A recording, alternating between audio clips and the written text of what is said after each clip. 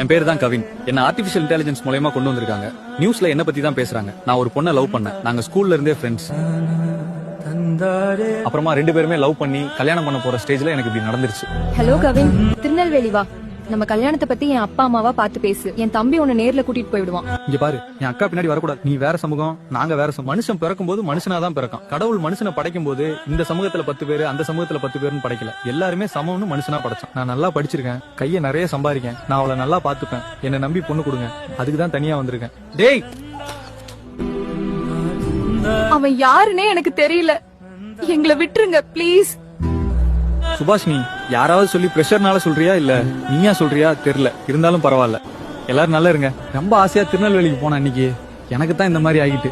இனிமே யாருக்கும் இந்த மாதிரி நடக்க கூடாது. இனி உங்க கையில தான் இருக்கு. மிஸ் யூ அம்மா, அப்பா, தம்பி, ஃப்ரெண்ட்ஸ். கவலைப்படாதீங்க. Good bye friends. பை.